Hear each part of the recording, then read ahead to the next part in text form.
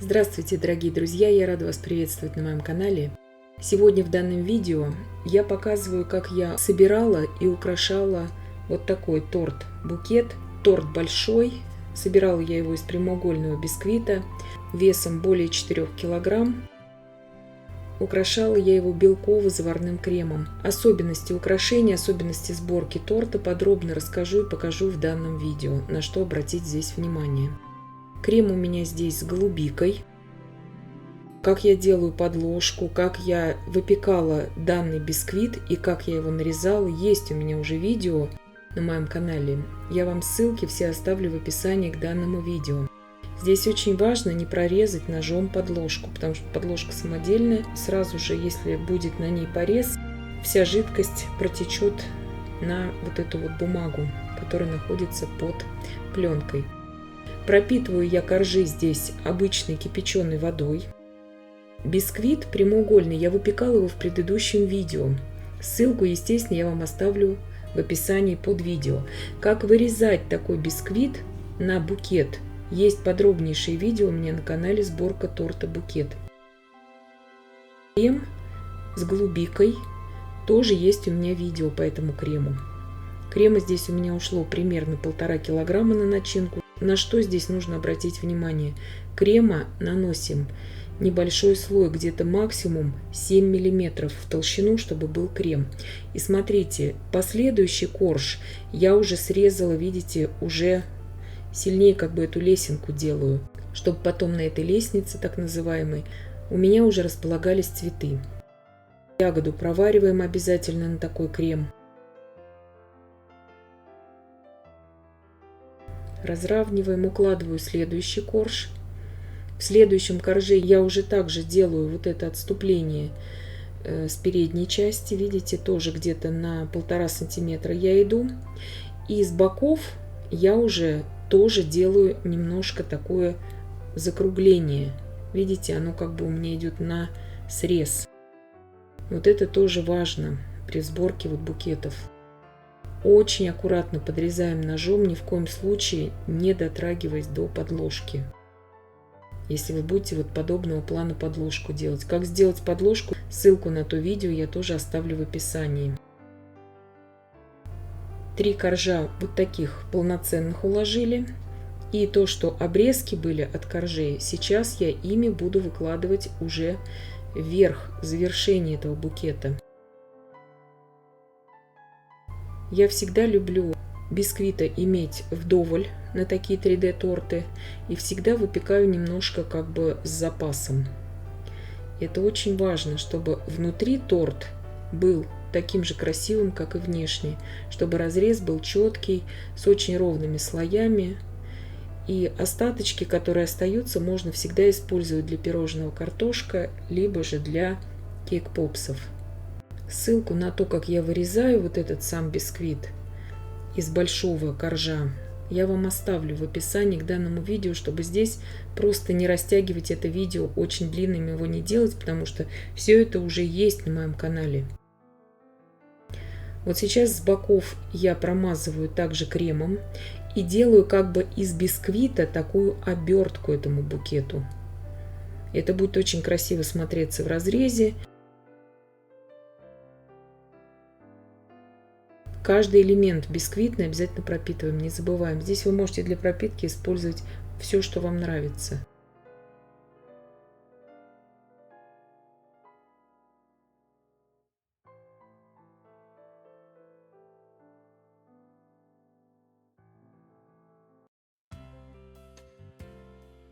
Сейчас обязательно уберем этот торт в холодильник часов на 5, чтобы он очень хорошо стабилизировался. Перед тем, как уберем в холодильник, я его, конечно же, оберну в пищевую пленку. Просто я здесь это все не показываю, потому что очень много времени отнимет в видео.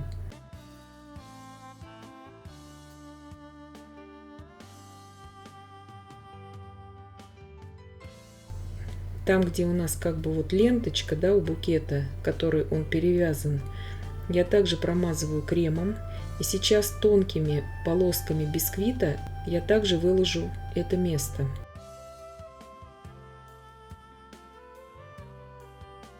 Заготовка готова. Сейчас убираю ее в пищевой пленке в холодильник часов на 5. Мне прошло примерно 5 часов. Здесь у меня масляный крем на сгущенке. Температура этого крема в данный момент примерно 28-30 градусов Цельсия. То есть для того, чтобы он очень хорошо у меня быстро наносился на заготовку. Разравниваю просто шпателем. Крема здесь этого масляного ушло примерно 350-400 граммов. Масляный крем здесь во вкусе практически не чувствуется никак, он просто наоборот дополняет и обогащает вкус самого белкового крема итальянской меренги. Как приготовить этот масляный крем на сгущенном молоке, подробное видео есть на моем канале, ссылку оставлю в описании. И убираю сейчас в холодильник примерно на час. Я покрыла уже кремом белково-заварным итальянской меренгой заготовку. И сейчас особо я не выравнивала. Сейчас вот такой силиконовой кисточкой я делаю такой рисунок, чтобы создать вид, как будто обертка у букета немножко такая гофрированная. Кисточку я постоянно смачиваю в кипяченой холодной воде. Цвет у крема я окрасила слегка, совсем немного в зеленый цвет. Листовой зеленый у меня цвет. И буквально я дотронулась зубочисткой. Сейчас посыпаю кондитерским сахаром. Он продается во всех кондитерских магазинах. Также в обычных магазинах, где продается инвентарь для выпечки. Сейчас из обычной скошенной насадки роза 2 см на выходе я делаю вот такую окантовку.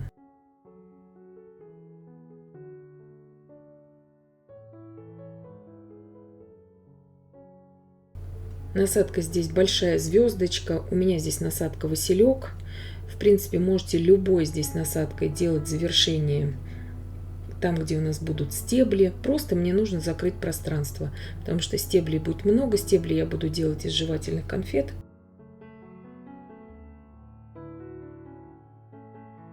И этой же насадкой скошенная роза я делаю окантовку и спереди.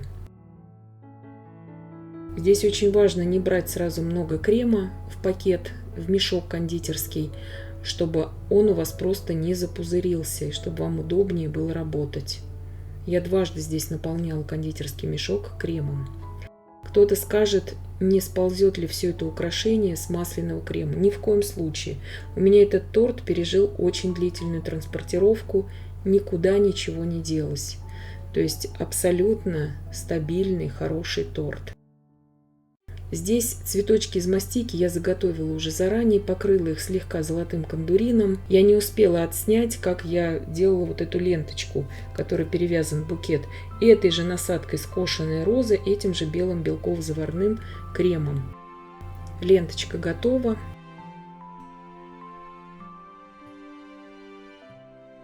Теперь из распылителя, такой он у меня сухой абсолютно кондурин золотой, я окрашиваю вот эти окантовки у обертки. И также сзади прохожусь. Заметьте, что кондурин сухой, он не на спиртовой основе, это просто порошок кондуриновый. Делаю сейчас хризантемы. Из насадки 226 травка я отсаживаю на основание вот такие вот тычинки. Насадка номер 79 хризантема, я отсаживаю уже лепестки. Делается элементарно просто такая хризантема. Основание сделала просто из насадки звездочка, я имею в виду у цветка. Сейчас 2 ряда делаем вот таких закрытых и потом открываем. Цвет у меня здесь лимонно-желтый. У тычинок и у самих лепестков тоже едва заметный, но окрашен лимонно-желтым цветом. Здесь у меня крем.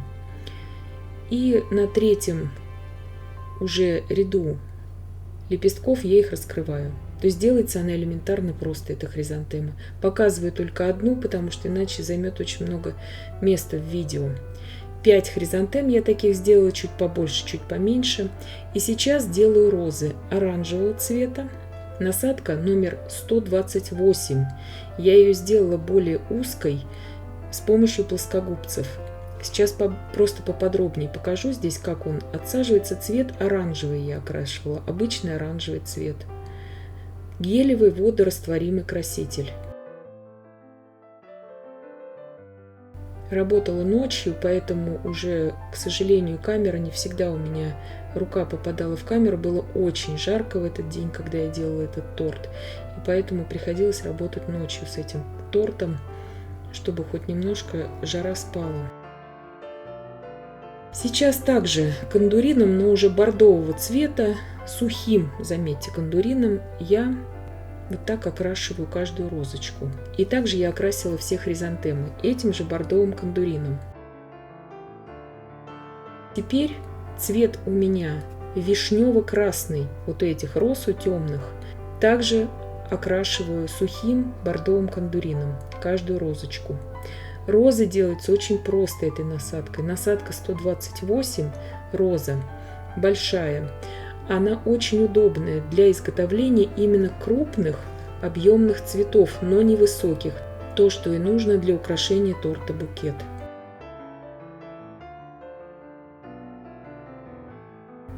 Вот здесь, наконец, у меня камера сфокусировалась, и я отсняла полностью всю розу. Но делается она проще простого, обычная садовая роза. Но благодаря этой насадке она делается очень быстро и получается сразу красиво.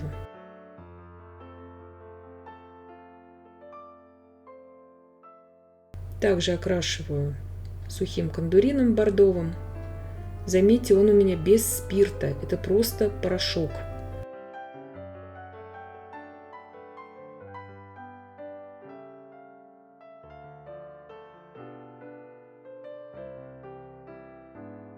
Розы у меня все готовы, цветы готовы, и устанавливаю на торт. Торт все это время, конечно же, находился в холодильнике.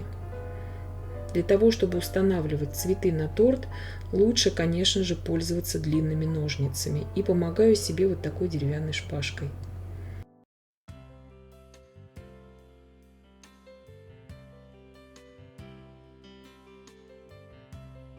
Крема белкового на обертку букета, назовем ее так, у меня ушло из расчета порции на 150 грамм белка. Остался еще немножко крем, и я его использовала на листья. И также на 200 грамм белка я варила крем, чтобы сделать все эти цветы. То есть крема ушло здесь много, из расчета порции на 350 грамм белка. Устанавливаю цветы не близко друг к другу, потому что я еще буду сейчас между ними отсаживать тюльпаны.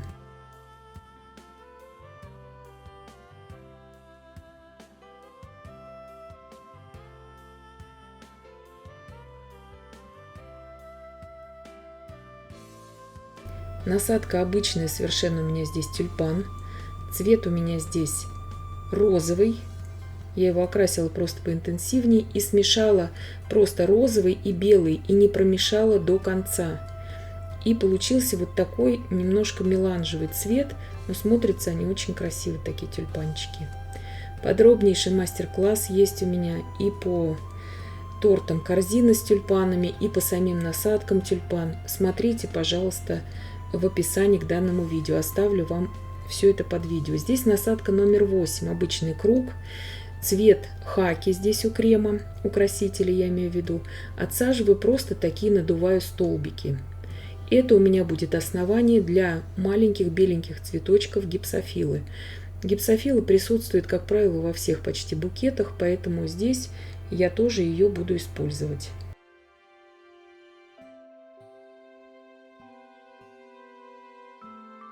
Весь крем белково-заварной, итальянскую меренгу я окрашивала здесь гелевыми водорастворимыми красителями. Здесь из насадки номер 5, обычный круг, я отсаживаю цветочки, имитацию, скажем так, цветочков у гипсофилы. Делаю просто такие точки из белкового крема, и потом, когда их будет много, они очень красиво дополняют собой букет. Здесь еще на подложке я отсадила 5 бутонов. Это у меня тоже не вошло, к сожалению, в кадр. 5 бутонов обычных розовых. Из той же насадки 128 роза. И также я их слегка покрыла перламутром, вот этим бордовым кондурином. Итак, гипсофила готова. Теперь уже можно отсаживать листья. Листья я отсаживаю из насадки номер 70. 10 миллиметров листик. Цвет у крема здесь, у красителя, листовой зеленый. Листьями здесь не увлекаемся, делаем их выборочно и в качестве таких акцентов.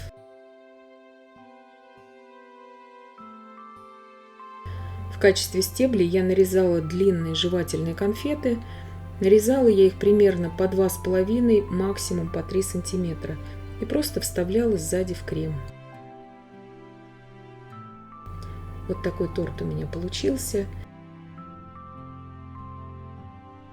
И я надеюсь, что видео было полезным и познавательным. Подписывайтесь на мой канал, ставьте лайки, пишите комментарии. Я всем желаю больших успехов и до встречи в новых видео.